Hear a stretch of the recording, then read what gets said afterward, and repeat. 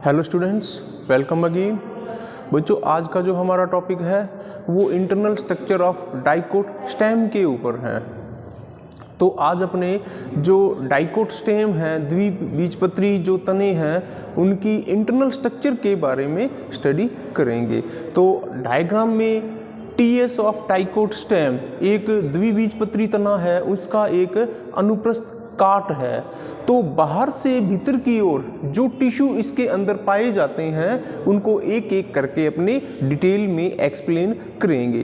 तो सबसे बाहर की तरफ एक इसमें बात ध्यान रखना कि स्टेम चाहे डाइकोट हो और स्टेम चाहे मोनोकोट हो, दोनों की जो इंटरनल स्ट्रक्चर है उसमें डिफरेंस मिलता है, उसमें अंतर मिलता है, जो कि अपने बाद में अलग अलग पढ़ेंगे। लेकिन मोटे तौर पे जो टिश्यू का जो अरेंजमेंट है बाहर से भीतर की तरफ मतलब इसकी जो आउटर साइड है, बाहर की तरफ का मतलब है इसकी आउटर साइड, जैसे सबसे बाहर की ओर क्यूटिकल या एपिडर्मिस बोलते हैं, और भीतर की ओर क्या है, अंदर की तरफ सेंट्रल, टुवर्ड्स सेंट्रल, केंद्र की ओर। ठीक है, तो बाहर वाले जो टिश्यू हैं जैसे एपिडर्मिस और सेंट्रल वाले जो टिश्यू हैं जैसे पित्त और जैसे अपने स्टील की बात करेंगे या वैस्कुलर बंडल की बात करेंगे। ठीक है, तो जब इसका अनुप्रस्थ काट कर और माइक्रोस्कोप की नीचे देखते हैं तो एक डाइकोट स्टेम की जो इंटरनल स्ट्रक्चर है वो इस प्रकार दिखाई देती है। और इसमें जो टिश्यू हैं, जो सबसे बाहर की ओर जो टिश्यू है या सबसे बाहर की जो लेयर है, आउटर मोस्ट जो लेयर है वो क्या कहलाती है, एपिडर्मिस। एपिडर्मिस के बाहर या एपिडर्मिस के जस्ट ऊपर एक मोटी भित्ति और पाई जाती है, that is also known as cuticle. इसको अपने क्या बोलते हैं, क्यूटिकल बोलते हैं। और क्यूटिकल यहाँ पर अत्यधिक मोटी भित्ति वाली होती है। ठीक है, और ये क्या करती है, ट्रांसपिरेशन को रोकने का काम करती है और प्रोटेक्शन या रक्षात्मक आवरण के रूप में भी ये कार्य करती है। तो जो यहाँ पर एपिडर्मिस है इसकी सिंगल लेयर मिलती है, केवल एकल परत मिलती है, और इसकी जो सेल्स हैं, एपिडर्मिस की जो कोशिकाएं हैं वे ढोलक आकार की होती हैं या बैरल शेप होती हैं और एक दूसरे के साथ सटी हुई compactly, they are compactly arrange, एक दूसरे के साथ ये सटी हुई पाई जाती हैं और इनके बीच में जो इंटरसेलुलर स्पेस है वो नहीं मिलता। ठीक है, और एपिडर्मिस की ही सेल्स क्या करती हैं, मल्टीसेलुलर हेयर्स का ओरिजिन करती है। एपिडर्मिस के ऊपर असंख्य मात्रा में जो हेयर्स हैं वो मिलते हैं और ये हेयर्स कैसे होते हैं, मल्टीसेलुलर हेयर्स होते हैं। इनको बहुकोशिकीय रोम बोलते हैं। लेकिन in case of monocot stem में जो हेयर्स आर आल्सो एब्सेंट, उसमें नहीं मिलते। तो multicellular hairs also present in dicot stem, only dicot stem. अब जो एपिडर्मिस की जो सेल्स हैं वे कैसी होती हैं, पैरेनकाइमटस। पैरेनकाइमटस का मतलब कैसी हैं, मृदु ऊतक, सबसे जो सॉफ्ट जो टिश्यू हैं मृदु ऊतक से मिलकर बनी होती हैं। Well develop nucleus and dense cytoplasm होता है और फूड को स्टोर करने का भी ये काम करती हैं। जस्ट जो एपिडर्मिस है, एपिडर्मिस के नीचे कॉर्टेक्स कशेतर मिलता है। नंबर 2 पर है कॉर्टेक्स रीजन, इसको मैं लिख देता हूँ, कॉर्टेक्स रीजन, इसको बोलते हैं वोल्कुट कशेतर। कॉर्टेक्स रीजन को यहाँ पर 3 अलग अलग पार्ट्स के अंदर डिवाइड किया गया है ताकि आपको मालूम चल जाए कि कॉर्टेक्स में आने वाले जो टिश्यू हैं वे कौन कौन से हैं। तो सबसे पहले कॉर्टेक्स के जो अंदर आते हैं वो है hypodermis, general cortex and endodermis. ये तीनों मिलकर कॉर्टेक्स रीजन की फॉर्मेशन करते हैं। तो कॉर्टेक्स के अंदर सबसे पहले यहाँ पर हाइपोडर्मिस की बात करते हैं। हाइपो का मतलब होता है के नीचे और एपी का मतलब होता है ऊपर। तो एपिडर्मिस सबसे ऊपर और जस्ट एपिडर्मिस के नीचे हाइपोडर्मिस मिलती है। अब हाइपोडर्मिस की विशेषता यहाँ पर क्या है, हाइपोडर्मिस की जो सेल्स होती हैं वे कॉलन काइमटेस होती है। कॉलन काइमटेस का मतलब यहाँ कैसे होता है, स्थूल कोणोतक जिसको बोलते हैं। कैसी कोशिकाएं, फूली हुई स्थूल कोणोतक, यानी किनारों के ऊपर ये स्थूल होती हैं। मोटी भित्ति वाली होती हैं।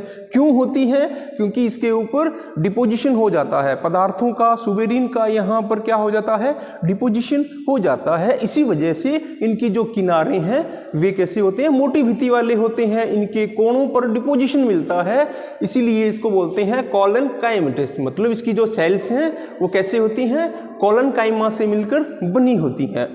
और इन सेल्स के बीच में कहीं भी आपको इंटरसेलुलर स्पेस दिखाई नहीं देता। क्यों? क्योंकि इनमें क्या है, इंटरसेलुलर स्पेस नहीं पाया जाता।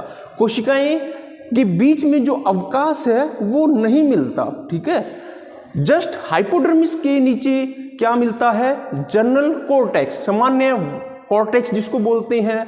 और जनरल जो कॉर्टेक्स हैं यह भी क्या होता है, बहुस्तरीय होता है। हाइपोडर्मिस भी यहाँ पर कैसा होता है, मल्टीलेयर्ड यानी बहुस्तरीय होता है।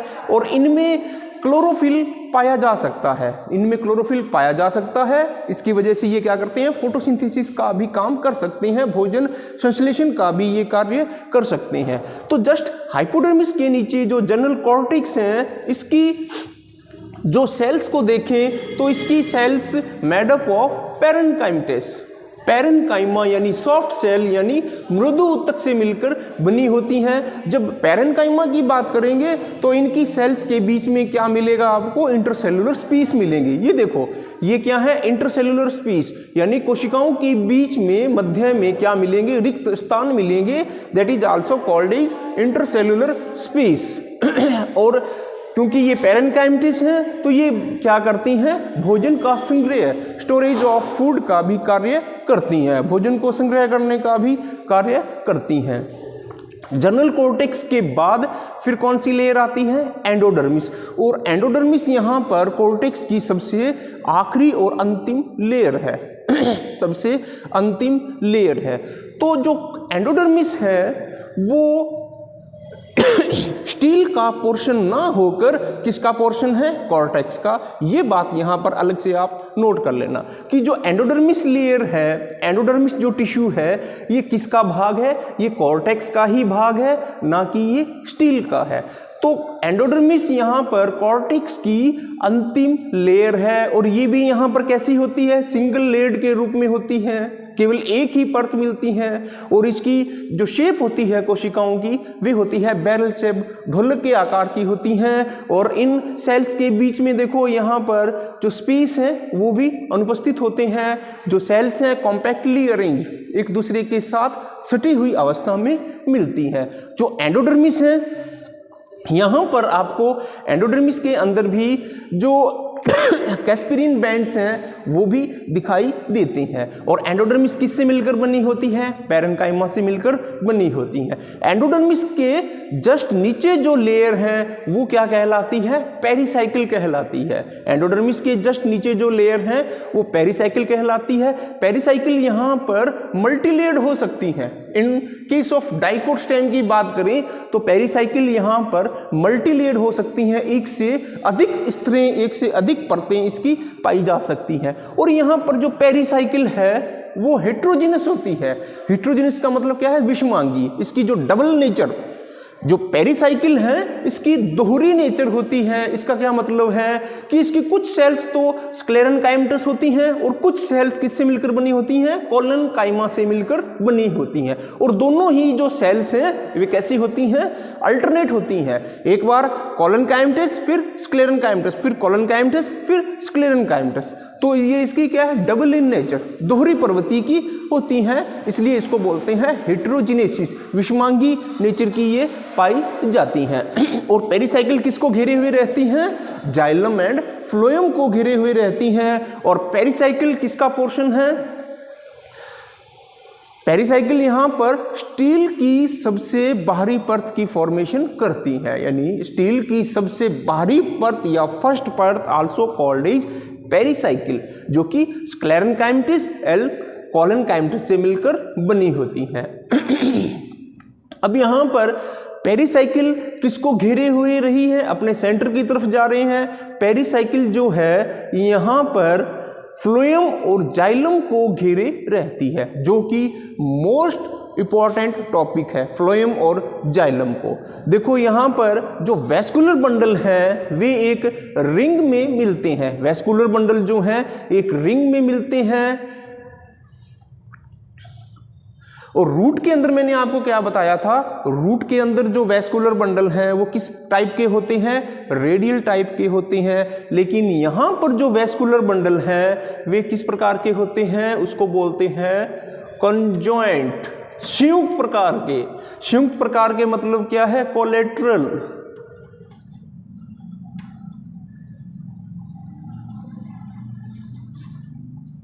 संयुक्त प्रकार के और कोलेटरल प्रकार के। संयुक्त का यहां पर मतलब है, कॉन्जॉइंट का यहां मतलब क्या है कि जो वैस्कुलर बंडल हैं वे एक रिंग में व्यवस्थित होते हैं और जाइलम एंड फ्लोएम एक ही त्रिज्या के ऊपर स्थित होते हैं और इसको अपने क्या बोलते हैं, कॉन्जॉइंट बोलते हैं। जाइलम एंड फ्लोएम एक ही त्रिज्या के ऊपर हैं। यहां पर आप देखो कि बाहर की तरफ क्या है, फ्लोएम, और भीतर की तरफ क्या है, जाइलम।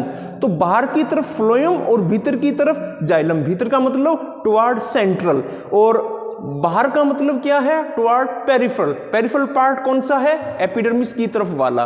तो बाहर की तरफ फ्लोएम, भीतर की तरफ जाइलम, दोनों की जो रेडियाई है दोनों एक ही त्रिज्या के ऊपर व्यवस्थित रहते हैं। इसलिए स्टेम के जो बंडल हैं वे कैसे कहलाते हैं, कॉन्जॉइंट कहलाते हैं। कोलेटर का मतलब बाहर की तरफ फ्लोएम और भीतर की तरफ जाइलम। और कैसे होते हैं, ओपन होते हैं। अगर अपने डाइकोट की बात करें, द्विबीजपत्री तनों की बात करें तो वैस्कुलर बंडल कैसे होते हैं, ओपन होते हैं। ओपन का मतलब यहां पर क्या है कि जाइलम व फ्लोएम के बीच में एक विशेष प्रकार का टिश्यू मिलता है जिसको अपने क्या बोलते हैं, कैम्बियम बोलते हैं। क्या बोलते हैं, कैम्बियम बोलते हैं। बीच में एक मोटी पट्टी दिखाई दे रही है आपको, ये वाली जो मोटी पट्टी है ये क्या कहलाती है, कैम्बियम कहलाती है। तो जाइलम और फ्लोएम के बीच में कैम्बियम का मिलना क्या तय करता है कि वैस्कुलर बंडल कैसे हैं, ओपन। और ओपन वैस्कुलर बंडल किस में मिलते हैं, सिर्फ डाइकोट स्टेम के अंदर मिलते हैं। मोनोकोट में कैम्बियम अनुपस्थित होती है, इसी वजह से उनमें द्वितीयक वृद्धि भी नहीं होती। द्वितीयक वृद्धि किसके कारण होती है, कैम्बियम के कारण। और कैम्बियम यहां पर कहां पर मिल रही है, ओनली डाइकोट प्लांट्स के अंदर। बच्चों यहां पर जो कैम्बियम है, कैम्बियम यहां पर दो जगह डेवलप होती है। देखो कैम्बियम दो जगह पर डेवलप होती है। एक कैम्बियम कहां पर है, जो आपको मोटी पट्टी दिखाई दे रही है, वैस्कुलर बंडल के अंदर, यानी जाइलम और फ्लोएम के बीच में। यहां पर आप देखो जाइलम और फ्लोएम के बीच में मिलने वाली कैम्बियम के जो छोटे छोटे टुकड़े हैं वे क्या कहलाते हैं, इंट्राफेसिकुलर कैम्बियम। इंट्रा का मतलब है के अंदर, यानी वैस्कुलर बंडल के अंदर, यानी जाइलम और फ्लोएम के बीच में मिलने वाली जो कैम्बियम है वो क्या कहलाती है, इंट्राफेसिकुलर कैम्बियम। और इसकी जो नेचर है वो कैसी होती है, प्राइमरी नेचर की होती है। ये किस नेचर की होती हैं, ये एक प्रकार का प्राइमरी टिश्यू है। अब यहां पर एक वैस्कुलर बंडल ये है, दूसरा ये है, तीसरा ये है, चौथा ये है, पांचवा ये है। तो यहां पर दो वैस्कुलर बंडल के बीच में जो पित्त है वो भी मिलता है। इसको बोलते हैं मेडुलरी पित्त या इसको बोलते हैं मज्जा रश्मियां। तो ये मेडुलरी जो पित्त हैं, मज्जा रश्मियां हैं, जिनको रेज बोलते हैं, इनकी सेल्स दोबारा मेरिस्टेमेटिक होकर दोबारा विभाजन प्रारंभ कर देती हैं और सेकेंडरी टिश्यू उत्पन्न करती हैं। और यहाँ भी कैम्बियम के छोटे छोटे टुकड़े बनते हैं, यहाँ भी कैम्बियम के छोटे छोटे टुकड़े बनते हैं। तो जाइलम बंडल के जो वैस्कुलर बंडल के बीच में जो कैम्बियम के छोटे छोटे जो टुकड़े बनते हैं, ये वाली जो कैम्बियम है, ये कैम्बियम क्या कहलाती है, इंटरफेसिकुलर कैम्बियम।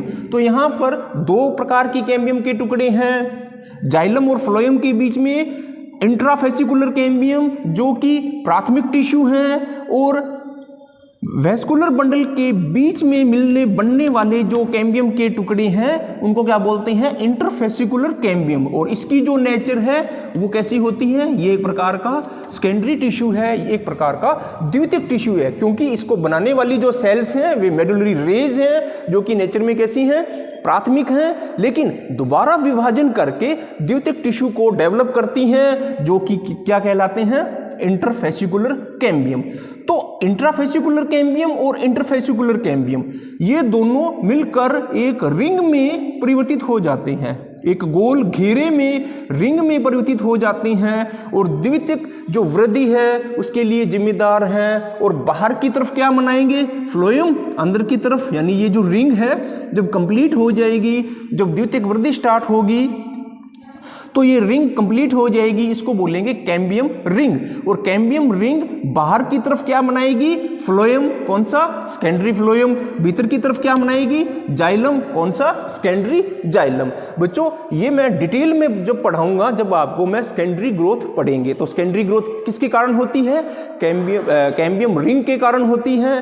कैम्बियम रिंग बाहर की तरफ क्या बनाती है, सेकेंडरी फ्लोएम, भीतर की तरफ क्या बनाती है, सेकेंडरी जाइलम। इसको डिटेल में बाद में पढ़ेंगे। फिलहाल यहाँ पर आप इंट्राफेसिकुलर कैम्बियम और इंटरफेसिकुलर कैम्बियम दोनों में जो मेन डिफरेंस है उसको अलग से नोट कर लेना कि जो जाइलम और फ्लोएम के बीच में मिलने वाला जो कैम्बियम है वो इंट्राफेसिकुलर कैम्बियम कहलाता है और प्राथमिक इसकी नेचर होती है, प्राथमिक प्राइमरी टिश्यू है। और वेस्कुलर बंडल के बीच में मिलने वाला जो कैम्बियम है, कैम्बियम के जो टुकड़े हैं वे इंटरफेसिकुलर कैम्बियम कहलाते हैं। और ये कैसे होते हैं, द्वितीयक टिश्यू होते हैं।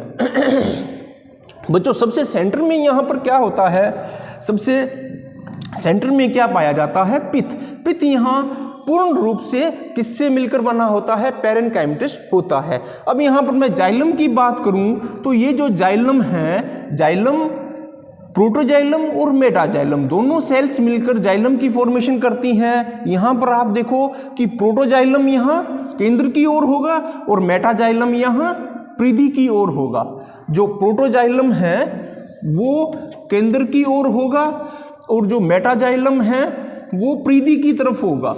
और ऐसी कंडीशन क्या कहलाती है, एंडार्क कहलाती है। ऐसी कंडीशन क्या कहलाती है, एंडार्क कहलाती है। ठीक है, यानी जाइलम का जो परिवर्तन है वो एंडार्क प्रकार का है। और एंडार्क कंडीशन हमेशा किस में मिलती है, स्टेम के अंदर मिलती है। और एंडार्क का मतलब है कि जाइलम की जो प्रोटोजाइलम सेल्स हैं वे केंद्र की ओर हैं और मेटाजाइलम सेल्स हैं वे परिधि की ओर हैं। ठीक है, तो यह कंडीशन क्या कहलाती है, एंडार्क कहलाती है। और एंडार्क हमेशा हमेशा स्टेम का मेन कैरेक्टरिस्टिक होता है। और इसको अगर उल्टा कर दिया जाए तो ये कैरेक्टर किसका हो जाएगा, रूट का हो जाएगा। यानी यही प्रोटोजाइलम परिधि की तरफ और मेटाजाइलम केंद्र की तरफ। और इसको बोल देंगे अपने एक्सार्क। और exarch main characteristic of only roots, यानी जितने प्रकार के भी मूले हैं, रूट्स हैं, उसमें इस प्रकार का होता है। तो बच्चों ये था, ये जो सारी जो टिश्यू हैं ये प्राइमरी नेचर की हैं, प्राथमिक टिश्यू हैं। लेकिन यहाँ पर जब द्वितीयक वृद्धि स्टार्ट हो जाती है तो जो इंटरफेसिकुलर कैम्बियम बनता है वो यहाँ सेकेंडरी नेचर का होता है, यानी द्वितीयक टिश्यू होता है। तो internal structure of dicot stem देखें तो सबसे बाहर की तरफ एपिडर्मिस, एपिडर्मिस के ऊपर मोटी क्यूटिकल और जस्ट एपिडर्मिस के नीचे क्या मिलता है, कॉर्टेक्स का क्षेत्र, cortex region. Cortex region 3 parts के अंदर डिवाइड है, hypodermis, general cortex and endodermis.